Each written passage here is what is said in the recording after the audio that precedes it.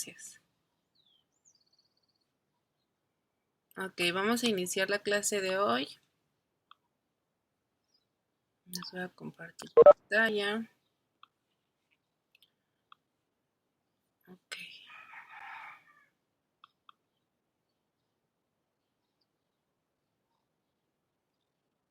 Muy bien. Ya nos quedamos en la vitamina. Acabamos la C y vimos la B1 o nada más vimos hasta la C. ¿Quién me recuerda? ¿Nos quedamos aquí? Sí alcanzamos a ver la vitamina B1. Ok, perfecto. Muchas gracias. Vamos a iniciar entonces el día de hoy con la vitamina B2. Vamos a ver, yo creo el día de hoy unas 3, 4 vitaminas nada más, para que no se vayan saturando tanto de información. La vitamina B2, conocida como la riboflavina, ese es el nombre que también se debe de aprender, es esencial para el funcionamiento de la niacina y de la piridoxina, que son otras dos vitaminas del complejo B. Y es una coenzima en distintos ciclos metabólicos, por ejemplo, en las oxidasas mitocondriales, en las cadenas respiratorias, en la glucosa oxidasa, en el metabolismo de los hidratos de carbono y en la reductasa, en la síntesis de ácidos grasos, entre otras. Entonces estamos viendo que cuando tenemos deficiencia de riboflavina, pues nuestros pacientes seguramente también, su metabolismo, como lo hemos hablado desde ayer, no va a ser el más eficiente seguramente. Entonces es muy importante también consumir el requerimiento adecuado de riboflavina. ¿Dónde viene la riboflavina? En los cereales integrales, en las nueces, en la leche, en los huevos, en los vegetales de hojas verdes y en las carnes magras. Volvemos a lo mismo, si nuestro paciente tiene una dieta equilibrada, pues no tendría por qué tener deficiencia de riboflavina, a no ser que existiera pues alguna patología.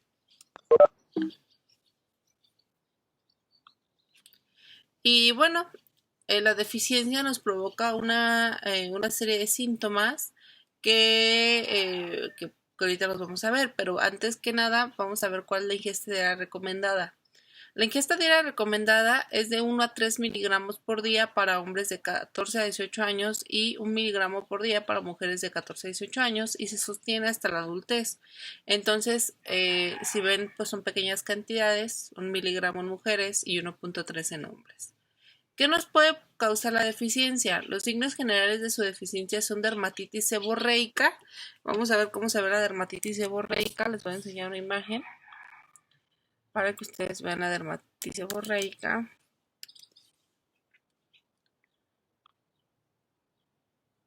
Así se ve la dermatitis seborreica. Yo, por ejemplo, padezco de dermatitis seborreica. Yo en mi caso no es por deficiencia de riboflavina, es por una enfermedad de la piel. Pero así se ve, a mí sí se me ha llegado a poner así por esta enfermedad en la piel. Entonces esta es la dermatitis seborreica. Esta es como se ve. Y si no hay problemas en la piel, seguramente va a ser por problemas con la riboflavina. Glositis y la queratitis. Vamos a ver cómo se ve la glositis. Para que ustedes vean por deficiencia de riboflavina. Glositis. La glositis se ve así, es una lengua inflamada, puede estar en esta forma. Esa es la glositis, está inflamada. Queratitis. Vamos a ver cómo se ve la queratitis. Así se ve la queratitis. Es como si hubiera ahí como algo nubloso, como una capita. Esa es la queratitis. Estomatitis, que luego me andan pensando que la estomatitis es un problema en el estómago y no. La estomatitis es esto.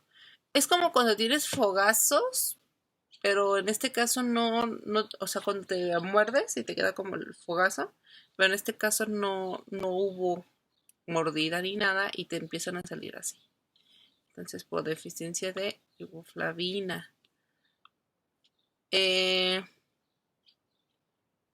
Keratitis, estomatitis angulosa. Pero es estomatitis angulosa, es lo mismo. Entonces, esto es lo que nos provoca estomatitis angulosa. Esta es la estomatitis angulosa. No salen adentro de la boca, salen en las comisuras. Así se ve. Esto es por deficiencia de, o puede ser por deficiencia de riboflavina. Entonces, ustedes ya vieron cómo se ven estos signos, cómo se ve la dermatitis seborreica, cómo se ve la glositis, la queratitis, la estomatitis angulosa, y también puede haber anemia normocítica. Ustedes van a escuchar que hay anemia normocítica, es hipercrómica, macrocítica, microcítica o hipocrómica. Eso después lo van a ir entendiendo cuando ustedes lleven la materia de, creo que es dietoterapia. En dietoterapia la ven. Y de todos modos yo cuando les dé más clases les explico este tipo de anemias.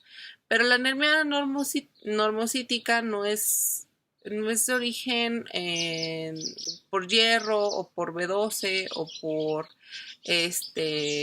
algún otro compuesto. Esto es por la riboflavina. Entonces puede haber problemas de anemia en estos pacientes. Y seguramente a lo mejor en el artículo ustedes estuvieron viendo muchas implicaciones de muchas vitaminas en el desarrollo embrionario en el bebé.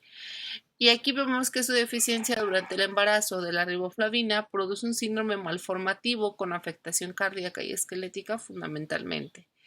Entonces, ¿qué hacer cuando nuestros pacientes tienen todos estos síntomas? Pues se les da un tratamiento de 3 a 10 miligramos de vitamina diarios hasta que se quiten los síntomas, los signos que se ven en el paciente. Entonces ya saben, el tratamiento, la suplementación son de 3 a 10 miligramos de tiamina si el paciente tiene cualquiera de estos signos. Entonces ya vimos las fuentes. Y no es tiamina, es riboflavina, chicos. Aquí yo me equivoqué. Déjenme borro.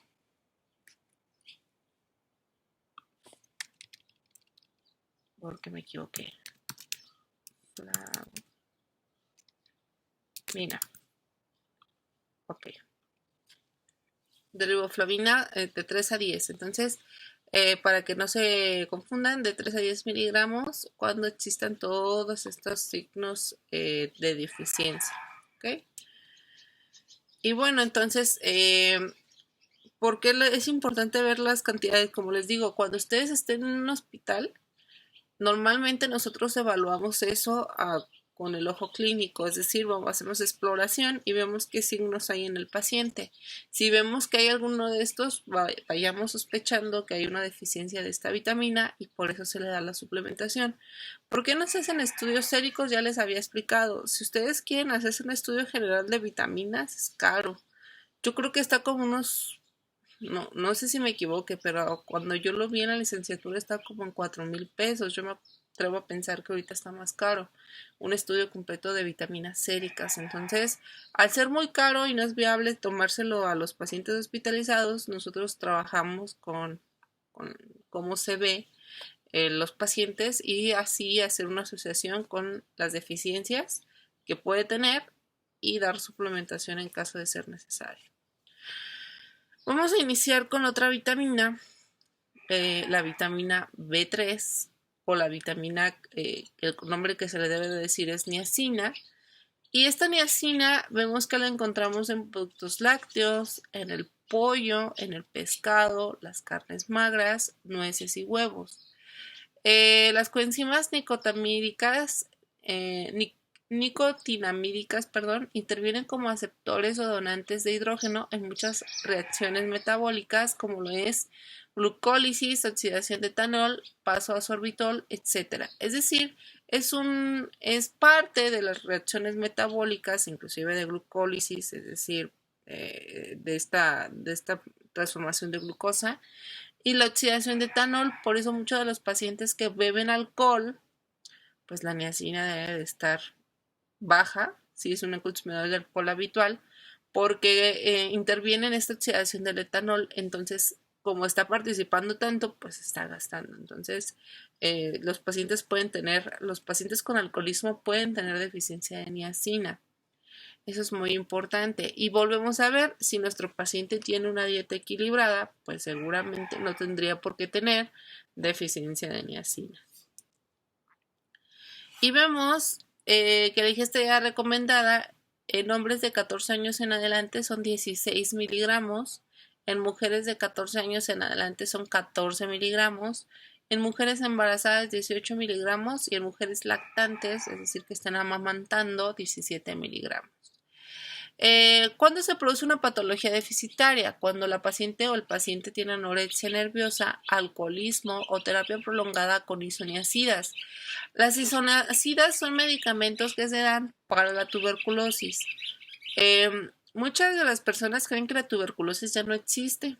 Y me ha pasado, yo era una que decía, no, yo no creo que haya tantos casos. Yo en el servicio nos tocó ver dos pacientes y la verdad es que ni siquiera nos dejaron evaluarlo porque pues obviamente es altamente contagiable. Pero nosotros, yo hace unos meses fui al Hospital Civil de Guadalajara y hay bastantes casos de tuberculosis, bastantes. Sí, y entonces se les dan isoniazidas como parte del medicamento, es un medicamento que se da a la tuberculosis. Y cuando ustedes tengan un paciente con tuberculosis, obviamente va a tener isoniazidas y deberíamos de pensar en la suplementación de esta vitamina porque seguramente va a estar baja. Entonces es importante. Síntomas de malabsorción y cuando hay errores innatos del metabolismo del triptófano en los bebés, que es la enfermedad de HANAP. No es común, los errores innatos del metabolismo del triptófano no es común, pero puede pasar. Yo les cuento mucho de una pacientita, de las pocas pacientes infantiles que he tenido, de 9 meses de edad, con error innato del metabolismo, pero ella tenía error innato del metabolismo de la glucosa. Entonces, pues no metabolizaba la glucosa, tenía convulsiones 25, creo que una vez tuvo 30 convulsiones al día la bebé, había perdido mucho peso y tenía muy mal pronóstico. Entonces, indagando un poquito, papá era drogadicto y alcohólico y seguramente eso se relacionó un poco a este problema. Entonces, pues en estos pacientes hay que evaluar cuál es el problema porque los errores innatos del metabolismo es es una condición genética que ya viene en el bebé. Entonces, pues obviamente vienen desde que nacen, tienen este tipo de problemas. Y hay muchos tipos de errores innatos del metabolismo. Este es uno, ese es con el triptófano y hay que evaluar. El médico te dice cuál es el error innato del metabolismo del bebé. Entonces, nada más para que quede claro. Y también hay una serie de síntomas, más bien de signos que se van a ver en los pacientes y es la pelagra. La pelagra se le conoce como el mal de la rosa o el síndrome de las 3D porque hay dermatitis, diarrea y demencia. Pues apréndanselo. La pelagra son las 3D, dermatitis, diarrea y demencia. Otra vez, la pelagra son las 3D, dermatitis, diarrea y demencia. Vemos lesiones cutáneas en zonas expuestas o que están en continuo roce, manifestaciones digestivas como la glositis en la lengua, la esofagitis y diarrea, y manifestaciones neurológicas como estupor, apatía, alucinaciones y dolores en las extremidades, porque el paciente tiene una deficiencia severa de niacina. Ahora vamos a ver cómo se ve la pelagra, para que ustedes vean pacientes con pelagra. Así se ve la pelagra en nuestros pacientes. Este es un paciente, miren. Así se ve. Así se ven nuestros pacientes. Así. Esta es pelagra. Y es por lo más común que lo puedes encontrar es en los pacientes con alcoholismo crónico. Es como muy común. Entonces, si tú ves algún indigente y le haces una evaluación, seguramente sí se va a ver su piel. Entonces, si nuestros pacientes tienen pelagra, el tratamiento consiste en 50 a 100 miligramos de niacina diarios hasta que disminuyan los síntomas. Otra vez, si nuestro paciente tiene pelagra o estos síntomas, se le tiene que dar de 50 a 100 miligramos de niacina diarios hasta que se quiten estos signos. Entonces ya otra vez vieron ustedes la ingesta ya recomendada y vieron también la suplementación en caso de tener algún signo de deficiencia. Ahora vamos a ver la vitamina B5, que es el ácido pantoténico o la vitamina antidermatosis. Estas vitaminas, bueno, es la fuente constituyente de la coenzima A. Interviene en el ciclo de Krebs en la beta-oxidación de los ácidos grasos y en la detoxificación de fármacos de acetilación, y su deficiencia es la excepcional. Es decir, casi no se ven casos de deficiencias, pero sí vemos algo muy importante, que este ácido pantoténico interviene en el ciclo de Krebs. Entonces, pues es importantísimo en el metabolismo esta vitamina B5. Normalmente no hay deficiencias, entonces inclusive si tú buscas no vas a encontrar, porque no es común que haya deficiencias de esta vitamina. La ingesta recomendada en hombres y mujeres es de 14 años o mayores, son de 5 miligramos, en mujeres embarazadas 6 miligramos y en mujeres amamantando 7 miligramos, y la encontramos en alimentos de origen animal, en algunas verduras verdes, en champiñones, papa, camote. Entonces es como muy común. Y otra vez, si nuestro paciente tiene una dieta equilibrada, no va a haber deficiencias de esta vitamina seguramente. Entonces, nada más para que vayamos viendo. Entonces ya vimos ahorita vitamina B5, que es el ácido pantoténico, la vitamina B3, que es la niacina, y la riboflavina. Estas las vimos ahorita en este ratito, y vamos a ver otra más. La piridoxina. La piridoxina existe en varias fuentes, están en las leguminosas, en las nueces, en los huevos, en las carnes, en el pescado, el pan integral o cereales integrales. Si ustedes han prestado atención, hemos visto que muchas de estas vitaminas vienen de alimentos de origen animal. Entonces, seguramente nuestros pacientes veganos va a ser muy difícil que tengan el aporte correcto de estas vitaminas, al menos en México o al menos en Michoacán. ¿Por qué les digo? Porque va a haber muchos pacientes que van a llegar con ustedes que quieren ser veganos. Yo no lo veo como una alternativa tan viable aquí en Morelia, por ejemplo, o en Michoacán, porque no hay productos tan de buena calidad como lo hay, por ejemplo, en Ciudad de México, o tiendas en Ciudad de México grandísimas con un montón de productos que vienen ya suplementados. Aquí no.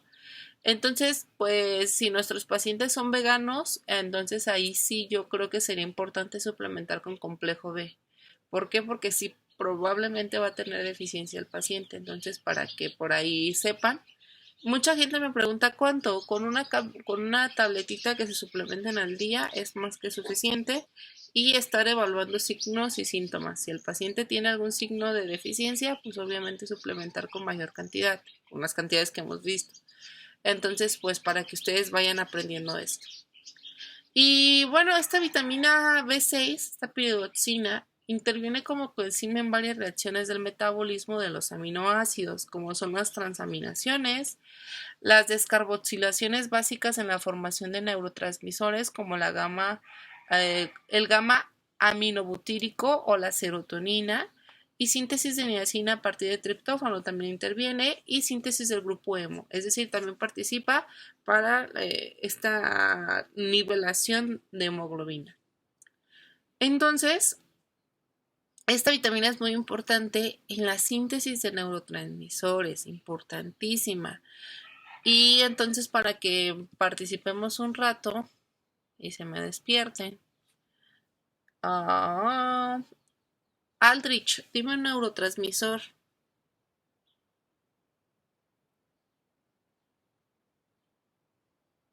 Aldrich. Sí, no sé, no se me viene a la mente. Ok, perfecto. Entonces, ahorita terminando la clase, les voy a dejar hacer una tabla de neurotransmisores y sus funciones para que no se les vuelvan a olvidar, porque es importantísimo saberlo. Entonces, no se apuren, es normal que a veces se les olvide, pero para eso les voy a dejar eso. Lo pueden hacer en Word, lo pueden hacer en su libreta y subir la foto buena calidad. Ya saben que no tengo problema. Ojo chicos, estuve checando ya trabajos y se les está olvidando citar. No se les olvide citar. Si alguien de ustedes ya les califiqué y citan, o al menos ahí me pueden responder, creo que en los comentarios se pueden responder y me ponen la cita, pues ya a lo mejor les aumento la calificación. Pero si no tienen la cita, les voy a bajar calificación. Entonces, ahorita les voy a dejar de neurotransmisores. Pongan la cita. De preferencia, búsquenlo en libros. No lo busquen en buenastareas.com. Libros, por favor. Entonces, ahorita les voy a dejar esa tarea. A la gente que tiene problema con su internet, como ayer leí con... ¿quién fue? Con Julieta. No sé si ya esté su internet resuelto. Pero si alguien tiene problemas, nada más avíseme y yo estoy enterada y no tengo problemas, ¿ok? Entonces ahorita les voy a dejar esa actividad de los neurotransmisores para que no se les vuelva a olvidar. Y bueno, vamos a ver qué nos puede provocar la deficiencia de esta vitamina. Bueno, primero, antes que nada, la encuesta estaría recomendada. En hombres de 14 a 50 años se recomienda 1.3 miligramos. En hombres mayores de 50 años, 1.7 miligramos. Mujeres de 14 a 18 años, 1.2 miligramos. Mujeres de 19 a 50 años, 1.3 miligramos. Mujeres mayores de 50 años, 1.5 miligramos. Mujeres embarazadas, 1.9 miligramos. Y mujeres amamantando, 2 miligramos. ¿Cuándo vamos a encontrar deficiencias? Solo se produce en dietas muy hipoproteicas, en periodos de intenso metabolismo proteico, como la adolescencia o el embarazo o la lactancia, es decir, si nuestros pacientes están en estas etapas y no consumen adecuadamente su alimentación, van a tener deficiencias. Y ojo, con esteroides, pacientes que se estén metiendo chochos o algún medicamento esteroideo, no solamente los chochos, puede ser, por ejemplo, se me fue el nombre. Hay varios esteroides, no solo para ponerse mamado. Los esteroides se usan mucho como desinflamatorios. Está la dexametasona, que puede ayudar a disminuir la inflamación, es un esteroide. Hay otro, cortisona. La cortisona es un esteroide que también te ayuda a disminuir la inflamación. Cuando hay un uso prolongado puede haber deficiencias de esta vitamina. ¿Cuándo se da? Por ejemplo, en pacientes con enfermedades como artritis reumatoide se le puede dar esteroides. Entonces, ahí a lo mejor hay que suplementar con piridoxina o estar evaluando. Entonces, eso es muy importante, chicos. Ustedes van a llevar más adelante la materia de farmacología. ¿Y por qué es importante la farmacología? Porque yo les he mencionado ya muchísimos medicamentos que tienen interacción con las vitaminas o que disminuye la absorción de vitaminas. Entonces, pues es importante saber fármacos, ¿ok? Anticonceptivos orales. A las chicas que estén consumiendo anticonceptivos orales por un tiempo prolongado, llámese más de 6 meses, probablemente tendríamos que evaluar que no haya deficiencias de vitaminas y minerales, porque puede ser que las haya. ¿Por qué? Porque intervienen en la absorción. Entonces, hay que evaluarlo.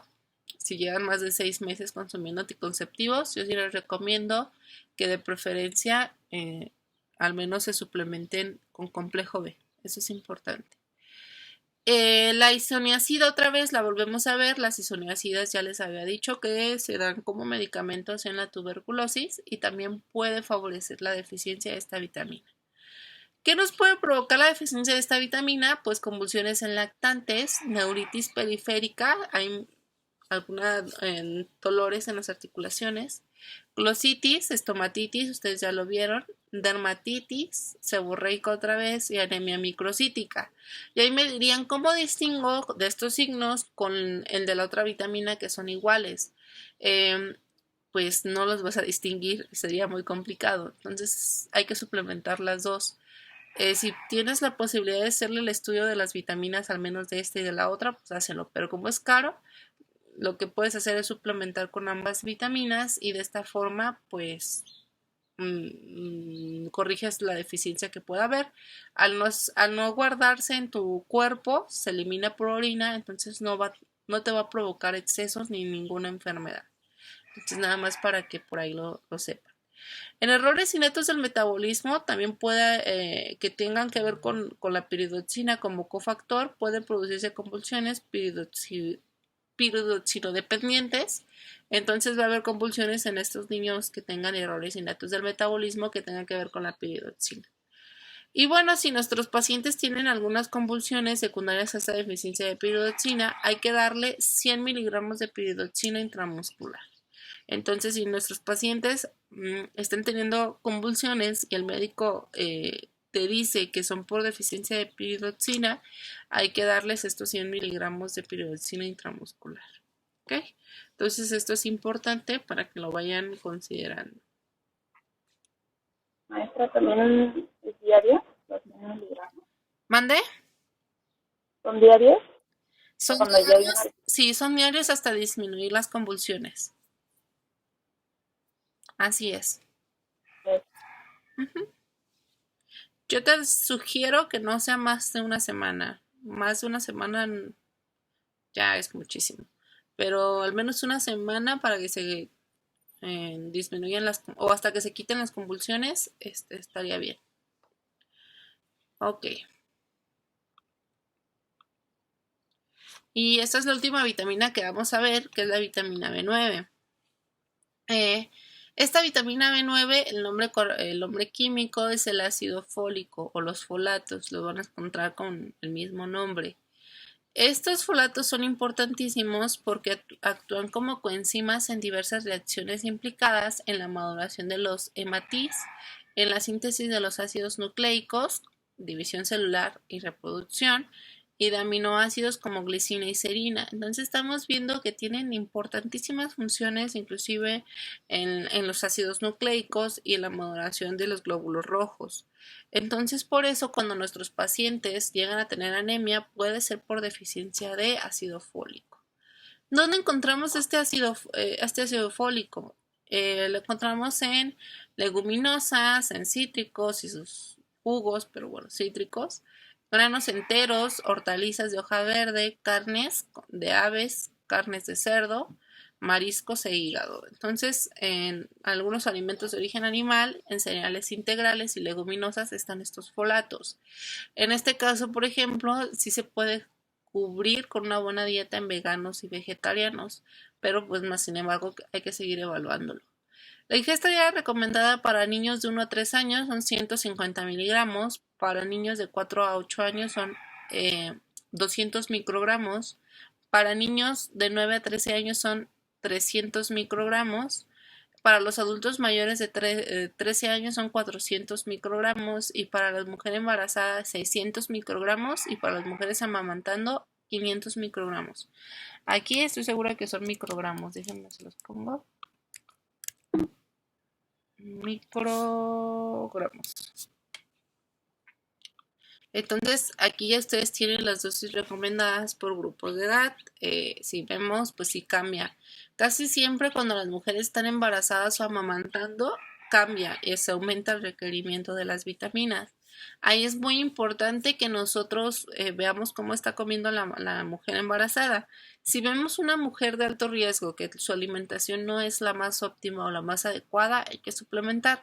El complejo B no es caro. El complejo B te cuesta, yo creo, un bote como de una marca que no sea tan reconocida, pero sigue siendo buena. Te cuesta, yo creo, unos 70 pesos. Entonces, pues realmente es algo que la mujer puede comprar.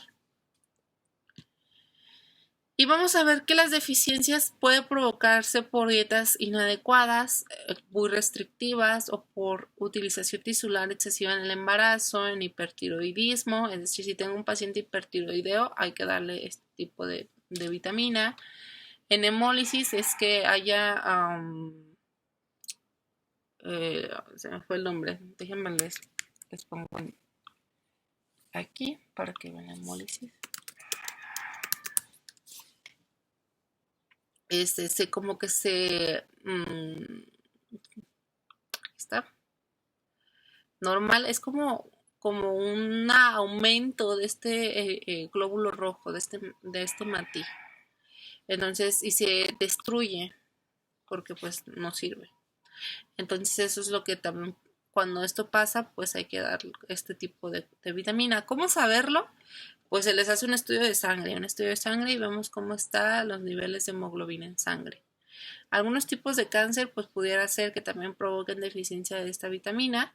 También se puede producir por malabsorción intestinal, por ejemplo, si hay un problema en el yeyuno, y por eso les ponía la imagen al inicio, porque si por ejemplo tenemos un paciente que tiene malabsorción a nivel de yeyuno, pues seguramente va a tener deficiencia de ácido fólico y tendremos que dar suplementación.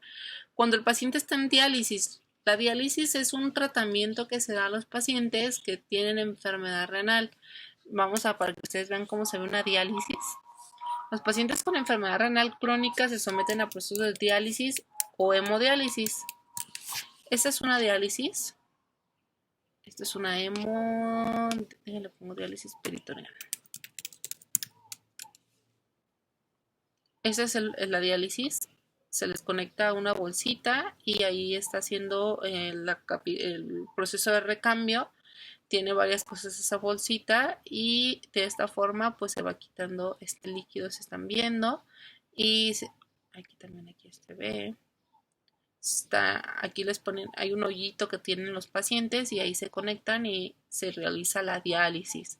Se pierden muchos nutrientes, proteínas se pierden durante esa diálisis y también se pierde ácido fólico. Entonces, pacientes que ustedes muchos de ustedes seguramente se van a querer dedicar a paciente renal. Si se dedican a paciente renal y están en una unidad de diálisis, hay que darles suplementación de ácido fólico seguramente. Su deficiencia produce defectos en el tubo neural, anemia megaloblástica asociada a la irritabilidad y fallo del medro y diarrea en niños. Se diagnostica cuando los niveles en sangre son menos de 4 microgramos por mililitro. La verdad es de que, pues, yo no he visto a nadie que le saquen el estudio de ácido fólico, creo que es caro, entonces, pues, no es común, hay que ver las deficiencias. La deficiencia de ácido fólico depende de la causa. Habitualmente se trata con 1 a 5 miligramos al día para rellenar los depósitos. Se recomienda la administración al menos de 3 meses antes de la gestación de 0.4 miligramos al día de ácido fólico. Y aquí me hago una pausa. Chicas que quieran embarazarse o que lo ideal es planearlo y lo ideal es que antes de ese embarazo te suplementes con ácido fólico. Yo recuerdo mucho a mis maestras que decían, bueno, lo más común es de que las mujeres se embarazan y ni siquiera lo tenían planeado. Entonces lo que ella sugería es que las mujeres a partir de la edad reproductiva consumieran ácido fólico como suplemento. Entonces, yo por ejemplo no lo consumo, pero sí conozco muchas conocidas que lo consumen como parte preventivo o como parte del tratamiento para un posible embarazo futuro. ¿Por qué? Porque si tú no lo consumiste antes de estos 3 meses, puede haber problemas en el tubo neural de los niños. Entonces, por eso es la razón en la cual se recomienda consumirla al menos 3 meses antes de la gestación para que no haya ningún problema en el desarrollo de los bebés. En el caso de las mujeres con antecedentes de hijos nacidos con defectos del tubo neural, el suplemento de ácido fólico debe de ser 4 miligramos al día. Y ahí, por ejemplo, nosotros tenemos que preguntarle a la mamá si ella ya tuvieron hijos con problemas del tubo neural. Vamos a ver cómo se ve un bebé con defectos del tubo neural para que ustedes vean.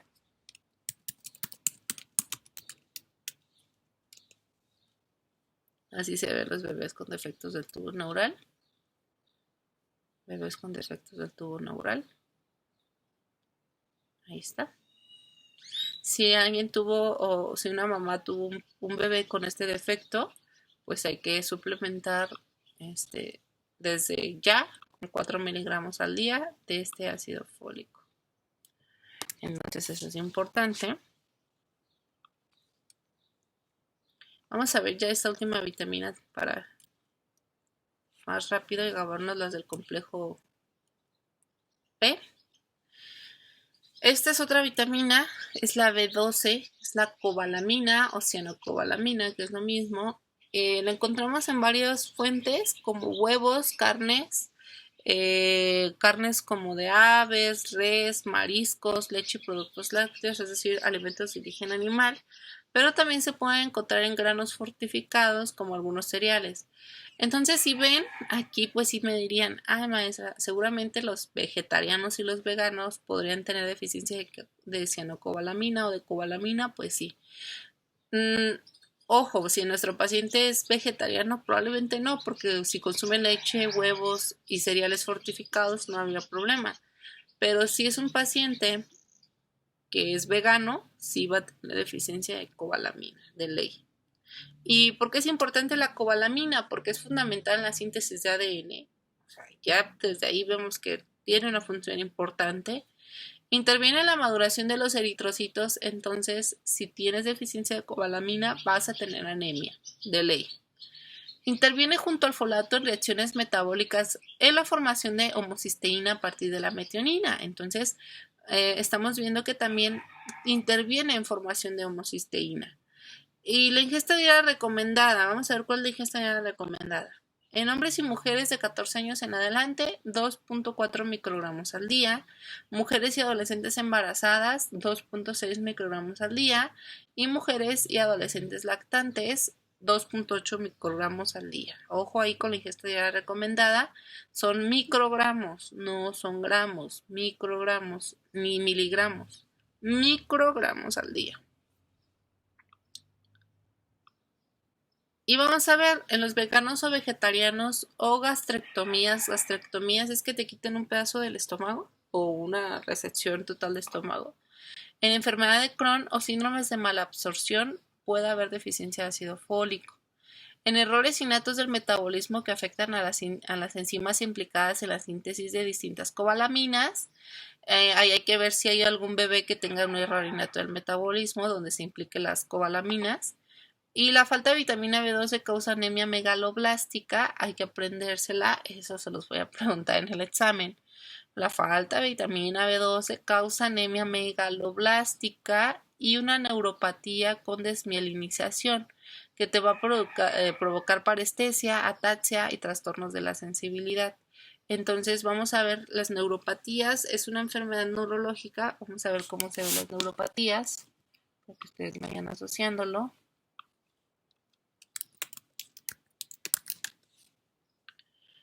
Y las neuropatías, vemos que hay dolores articulares, por ejemplo. Entonces, pues esto se causa por esta deficiencia de vitamina B12 y es importante pues evaluar este tipo de deficiencias.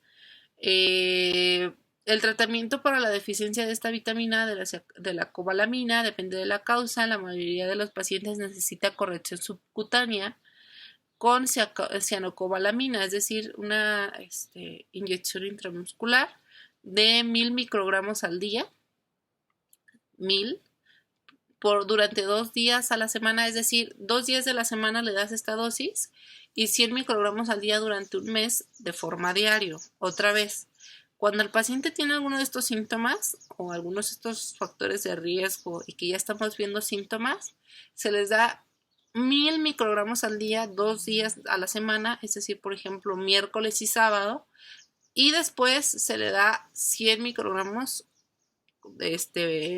a la semana durante un mes, es decir, un día a la semana nada más se le da esa inyección de 100 microgramos durante todo un mes. Entonces eso para que les quede claro. ¿Dudas? ¿Alguien tiene dudas? Yo sí tengo una misma, pero es así como de manera general acerca Sí. de las vitaminas. Por ejemplo, las personas que se someten a una cirugía bariátrica, bypass gástrico o cualquier reducción de estómago, ¿hay una implicación en la absorción de vitaminas? O sea, que se pueda ver como una deficiencia, por así decirlo. Ok, sí, vamos a ver. Hay varios tipos y ahí tendremos que ver, déjate lo pongo, tipos de cirugías bariátricas. Hay varios tipos, nada más que quiero una imagen.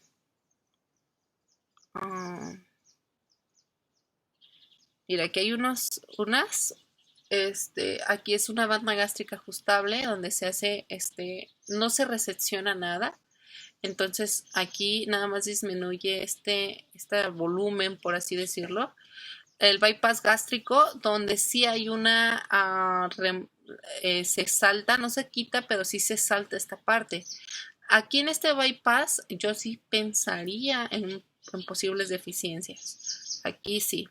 Aunque no se salta, aunque puede haber todavía producción de ácido clorhídrico, y de factor intrínseco que son necesarios para la absorción de cobalamina y del ácido fólico, voy pensando en que sí, aquí puede haber deficiencias. Y no se diga aquí la gastrectomía en manga, se quitó un pedazo del estómago, probablemente aquí también hay deficiencia.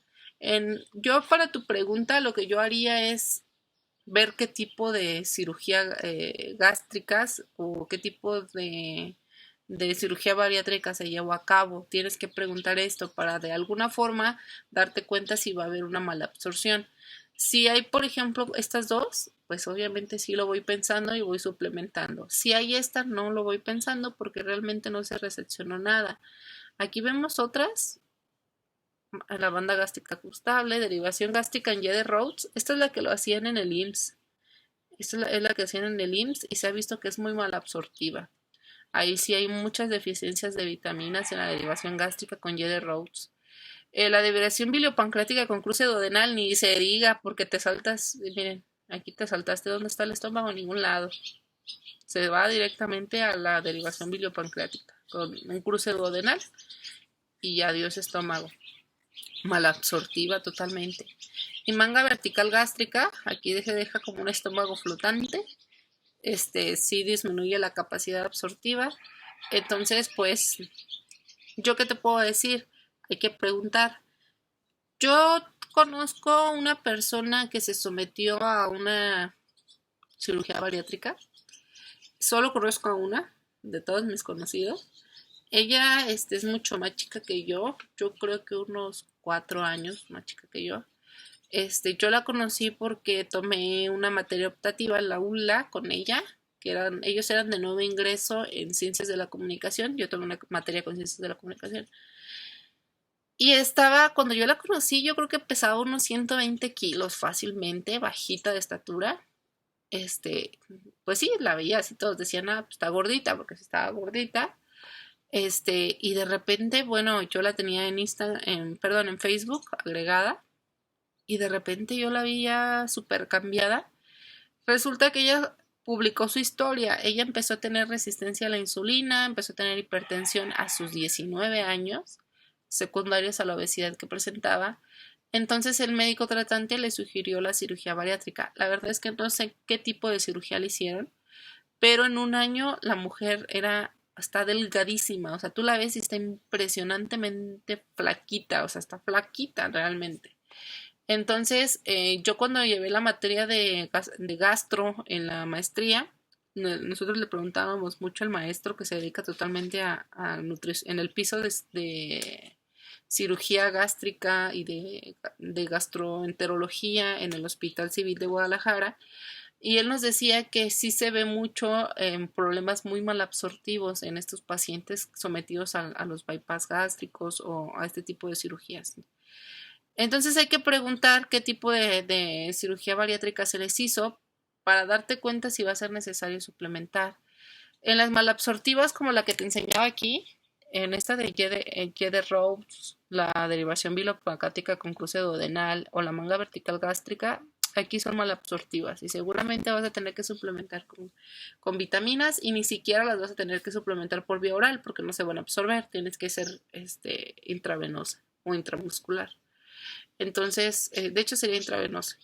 Entonces, pues, si a alguien de ustedes les encanta cirugías bariátricas y todo esto, hay cursos, hay especializaciones para nutriólogos y pues trabajas de la mano con cirujanos bariátricos. Entonces, pues, está muy interesante. No sé si te resolví tu duda. ¿Sí? Sí, muchas gracias. De nada. ¿Alguien más tiene dudas? ¿No?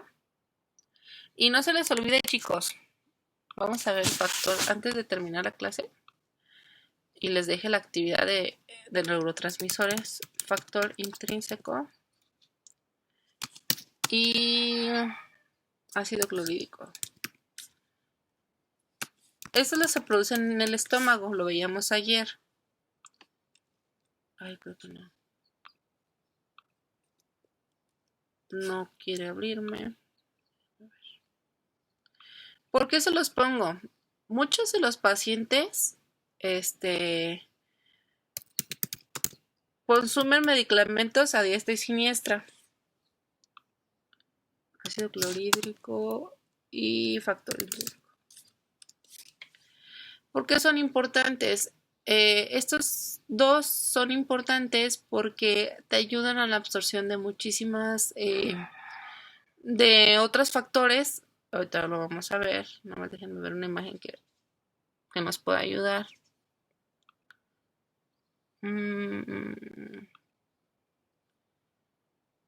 Aquí está el factor intrínseco, el ácido clorhídrico, y estos se producen en células oxínticas o parietales en el fondo o el cuerpo del estómago.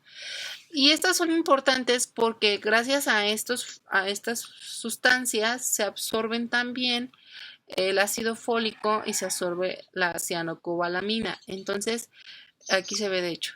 Te ayudan a la absorción de vitamina B12 y también te ayuda a la absorción de los folatos, del ácido fólico. Entonces, ¿por qué se los pongo, chicos? Porque hay inhibidores de estos dos factores, del factor intrínseco o del ácido clorhídrico, sobre todo en el tratamiento de gastritis. La ranitidina era uno, que ya es tóxica, ya se quitó del mercado, pero yo conozco gente que tomaba diestra y siniestra ranitidina. Algunos otros medicamentos también tienen que ver con esto. Entonces, yo lo que les sugiero, chicos, ustedes ya vieron historias clínicas en cálculo dietético, ¿verdad? ¿O no las han visto? ¿Ya vieron historias clínicas?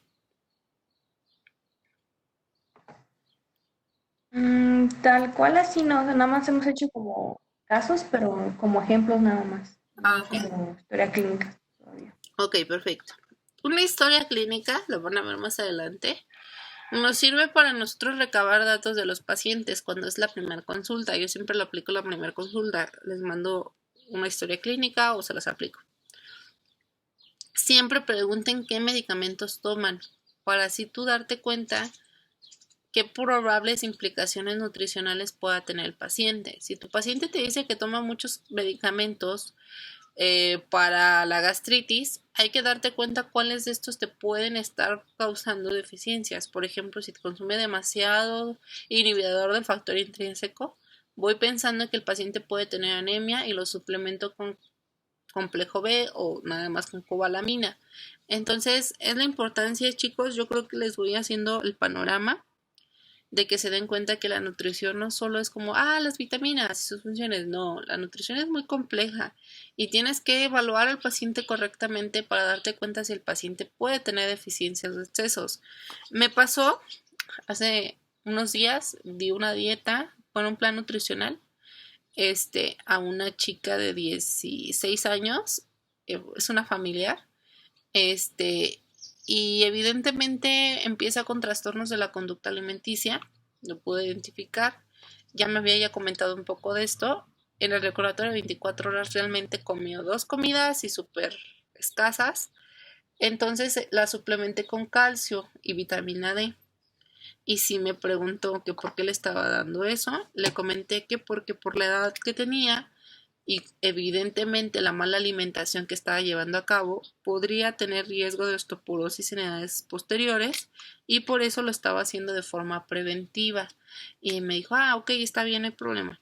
Pero fíjense, la importancia de saber identificar que tu paciente puede tener algún riesgo y suplementar de forma adecuada. Yo ya les dije, el calcio, lo vamos a ver cuando veamos minerales, el pico de absorción máximo de calcio es entre los 12 a los 22 años.